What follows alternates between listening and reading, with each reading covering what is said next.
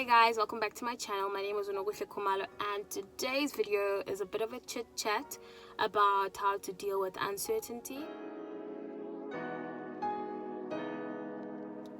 Just to give context, this is about coronavirus and people not knowing what's going to happen with their academic year, especially final year students. I really feel bad for those, because you've come so far and you're almost done, and then suddenly things just go dear makar or whatever that name is. Cool. So, and guys, don't feel bad about stressing, and it's okay to be stressed and anxious, because it just shows that you care. And guys, you've come this whole way. Think about it. You've gone through matric, you went through first year, second year, third year, and now you're at your final year, and now things are just not working out. It's annoying. I'm trying to put myself in those shoes, and I'd probably cry. And another thing is that it's not just about wanting to finish the year. You also need to think about what happens if you don't finish the year. Who's going to pay for another year of schooling? So financially, things are going to be a mess. Psychologically also, guys, we are tired. I'm assuming a lot of you are around my age, so you want to become independent now. It's very annoying to keep asking for money and asking for things and still being under your parents' supervision and stuff. So the closer you are to finishing school, the more you can get your independence, even though you don't really get the full thing. Trust me, I once asked my dad when I'd be classified as independent, and he was like, when he's dead. And I was like, oh, okay. Cool. Well, when both him and my mom are dead, because apparently I will never ever be independent. Oh wait, it's fine though, because I need their money. So guys, I just have a few tips or maybe advice on how you can deal with working at home. It's a whole different ball game, so you need a whole different strategy. And guys, as a disclaimer, working from home will not be the same for everyone, because some people just live with their moms or their dads, so there's no kids, there's no one making noise. I don't know if you guys noticed, I'm recording in the car because there are so many kids in my complex. They make so much noise, especially those stupid scooters. They're not stupid because I like them as well, but they make a lot of noise, so there's also that you must factor in. But like I said, it won't be the same for everyone. Other people have to cook for their families every night. Other people have to do chores. So just, take whatever advice I give you with a pinch of salt and try and make it work for yourself. Cool. Number 1, breathe. I think we can all breathe. Guys, you need to breathe and realize that there's nothing you can do about it. This is beyond you. Stop stressing, stop panicking as if it's your fault. It is not. Your lecturers, sponsors, future job employers, everyone knows what's happening. So no one's going to say, Nokuhle is being so lazy because of APC. They know what's going on. So you can relax and breathe. And it's important to breathe, otherwise you're gonna die. And then it's pointless. Number 2, plan your life. I like using a notebook, so I have a notebook, and I say notebook, not a piece of paper. Other people do pieces of paper. I know my boyfriend likes writing on a piece of paper and then he throws it away once he's done, but I prefer a notebook, because when you write your to-do list, you can flip over and see what you did yesterday, and chances are you're gonna make a to-do list, and you're gonna be over ambitious. You're gonna put 10 items on that thing and probably get through 4, maybe 5. So when you have a piece of paper, you have to keep carrying on that piece of paper, or keep transferring. So now on a new piece of paper, I didn't do this, so I need to transfer it. Whereas with the notebook, you can just defer whatever's on your to-do list and go and tick on the other page whenever you're done.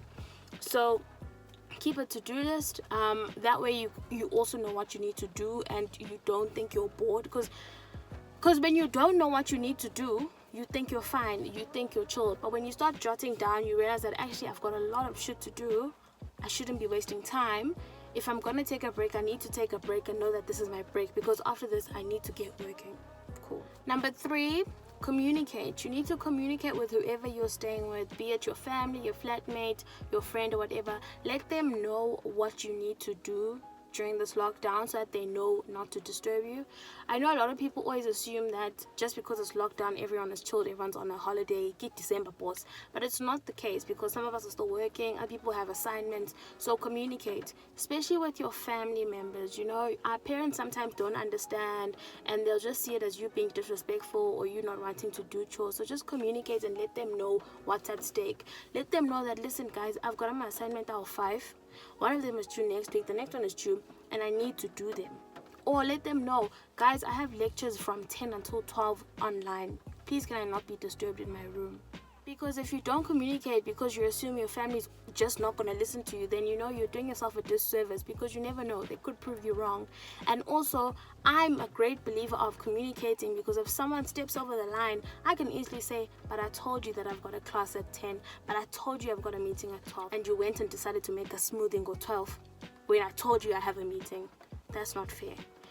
So just communicate your expectations. Obviously, don't be, and guys, be reasonable. You can't tell your parents that you're studying for 12 hours every day, because while you are lying, number one, you're on Twitter or Instagram or whatever, which is fine, but be reasonable with your family, because you also need to chip in. Everyone is going through uncertainty, so you can't just expect to go back to your res life when you're at home. You also need to chip in. You also need to help.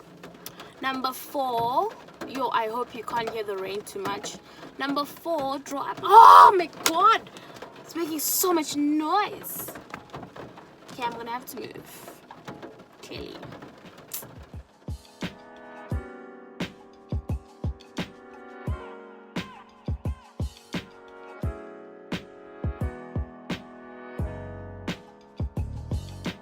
Okay guys, like I was saying before, I was so rudely interrupted by the rain.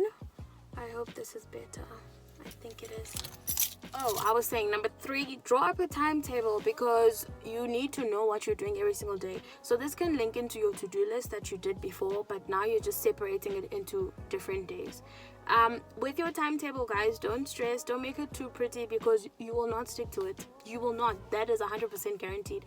But rather make a timetable and deviate than not have one at all, because at least with your timetable, you know that if you haven't done a certain task, you're one day behind, and it just adds on to that panic in your mind. What's, oh my word, I'm behind, I should have done this, I don't know, I enjoy that, because I don't really enjoy it, but I know it makes me work, because I hate being behind, and I know that one day lost of work means another day of me working, or me having to cross nights and so on. So just keep acts as like a guilt meter, where it's like, okay, you haven't done this millions. Cool. And number 4 and 5, I'm gonna group these because they link to each other. You need to take breaks when you're tired. So like I said, don't do that whole study for 12 hours a day, because you're probably only getting in 3 productive hours, and then the rest you're just wasting your time, and you could be doing something better than that. You could be baking and making amagwinya. So don't do that. Plan your time properly, but also plan your breaks. Decide that you work from 8 until 10 and you take a break, from 11 until 1 and you take a break, and so on. And if you can, try keep to your university timetables, but obviously it's not going to work because chores and your parents wanting tea and all of that. So be flexible. With taking your breaks, you need to understand the type of learner you are. So personally, I can't study for like 3 hours in one go. I would rather die, and I'm probably checking Twitter every 2 minutes, because my break is so far. Let me just check my Twitter quickly. So I remember when I was studying for ITC in December, I had an app. It's called Pomodoro app or whatever, but I'll show you. Oh, it's called Timekeeper on App Store. It's like a red thing. But yeah, it allows you to break up your segments into whatever you can, and it keeps a track of how much you're working throughout the day. Like, I'm someone who can work for about 25 minutes, and properly focus and not touch my phone. Then I need 5 minutes just to check my texts. And lastly, guys, you're gonna be fine. I think we all need to just realize that we will be fine. It is stressful, but it's also very exciting. I mean, how many people can say they've lived through a pandemic, but it is still stressful. But sizoba right, and be kind to yourself. And if you're not finding a new hobby or coming out with abs after this lockdown, it's okay. Just as long as you're healthy and as long as you're taking care of yourself. Some of us needed this break because we were burning out. So God works in mysterious ways, I guess. But other people are going through a lot, especially because inequality and all of that. With that being said, do reach out to your peers or your classmates and ask them how they're doing. Sometimes you just need to know that someone else is going through something that you're going through. So just reach out to people. You could be stressing and thinking your whole class is 4 modules ahead, but you'll find that there is someone who is also struggling to work from home. Another thing, if you're privileged, try and help your less privileged classmates. I don't know, maybe you can put in a group chat and say, hey guys, if anyone needs XYZ, please do let me know privately. Or if you know someone, like target them. With the targeting thing, it can get difficult because no one wants to be known as being poor, and no one wants to feel like a pity case. So go about that like very carefully, tread lightly, especially with academics moving online. Not everyone has access to Wi-Fi or data, and if you have a few coins and you can buy someone data, then offer them, and if they decline, then it's okay, but just offer. So I'm done. Someone is on their balcony and they're watching me talk to my car.